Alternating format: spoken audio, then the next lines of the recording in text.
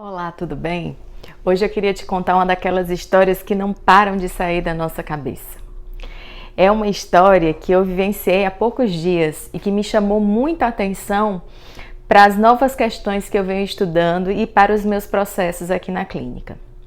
Eu estava num desses cafés da manhã de domingo, na casa da minha avó, quando muitas pessoas que estavam lá começaram a se questionar por conta do comportamento das crianças que estavam lá. E aí surgiu um relato da história de que uma criança bem danada aconteceu um puxão de orelha. E aí conversa vai, conversa vem, essa criança é muito danada e não para quieta, né? Todo mundo dando uma opinião. E aí algumas pessoas dizendo, essa daqui tem paciência, essa daqui não tem, essa daqui é psicóloga, essa daqui tem a obrigação de ter paciência. Enfim. Eis que surge a minha avó com mais de 80 anos e começa a falar. Ela trouxe o seguinte relato.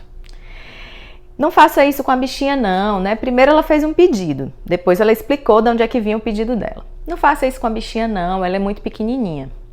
E aí algumas pessoas que estavam lá disseram assim, mamãe, mas a senhora fez isso com a gente quando era criança.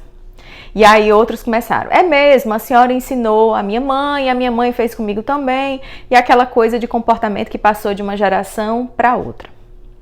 E aí minha avó, com muita sabedoria, trouxe uma questão que eu estou te trazendo para te ajudar numa reflexão muito importante. Ela disse o seguinte, mas eu tinha um monte de menino, um monte de criança pequena, eu vivia estressada, zangada, abusada. Estou usando algumas das palavras que ela costuma usar. E, além disso, eu não tinha conhecimento. Eu não tinha o que vocês têm hoje. E aí ela disse, da maneira dela, eu não era inteligente como vocês. Hoje, se eu tivesse a sabedoria que eu tenho, eu não faria mais isso. E a minha avó trouxe duas questões brilhantes para a gente pensar. Uma é que ela apontou a origem da insatisfação dela. Não era pelo castigo, não era pelo que a criança fez, entenderam? Era pelo estresse da mãe. A mãe estressada, uma mãe frustrada, uma mãe que talvez quisesse até fazer algo diferente, mas que naquela época não tinha métodos contraceptivos e ela não teve a oportunidade de escolher quantos filhos ela ia ter. Era a natureza que ia decidindo. E por ter uma condição muito pobre, muito estressante, passando fome, situações bem difíceis, isso tornava a educação com mais raiva, com mais sofrimento. Apesar de a maioria dos filhos, ou todos os filhos, terem tido uma educação maravilhosa em termos de o que pode, o que não pode fazer, de moral, de bons costumes, isso a minha avó tem um legado muito importante para com seus filhos.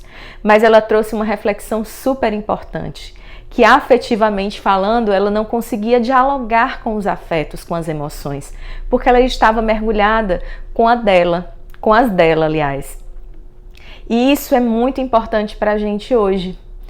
Por quê? Porque ela trouxe, além da origem, ela trouxe o conhecimento. Então hoje é possível você ser treinado ou viver experiências diferentes para aprender a lidar com certos comportamentos das crianças.